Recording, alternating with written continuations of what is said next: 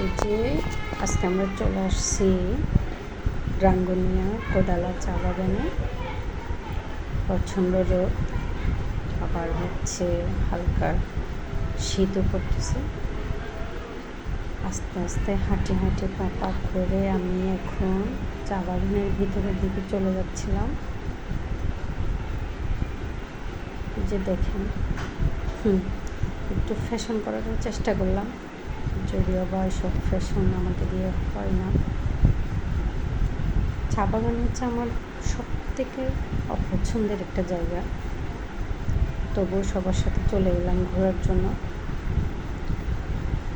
চা বাগানে যাওয়ার আরেকটা উদ্দেশ্য হচ্ছে, চা বাগানের পাশে কিন্তু একটা সুন্দর জায়গা আছে। মূলত আমরা সবাই ওখানে যাওয়ার জন্য গেছিলাম। এই যে দেখতে পাচ্ছেন, আস্তে আস্তে চা বাগান শেষ দেখে আমি বের হয়ে যাচ্ছি। এখান থেকে বের হয়ে আস্তে আস্তে আমরা শাপলা ফুল দেখার জন্য চলে যাব। এই যে দেখেন,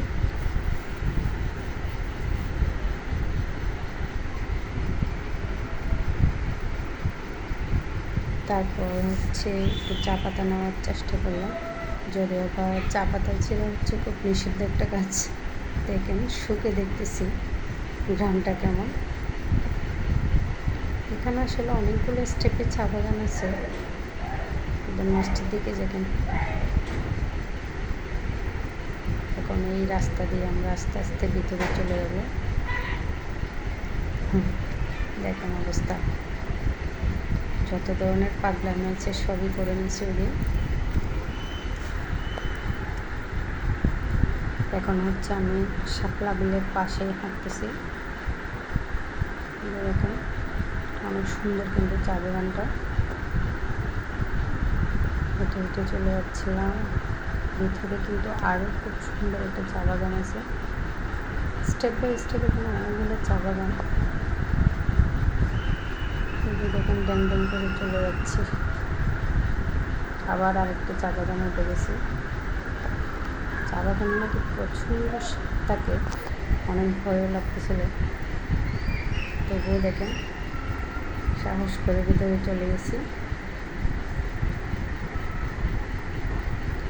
চা বাগানের জন্য আমাকে দেখাই যাচ্ছে না, মনে হচ্ছে খুব পিচ্ছি একটা মেয়ে।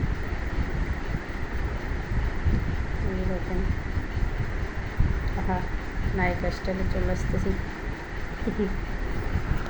সবাই ভালো থাকবেন, সুস্থ থাকবেন। আর কারো দেখতে মন চাইলে আপনারাও ঘুরে আসতে পারেন।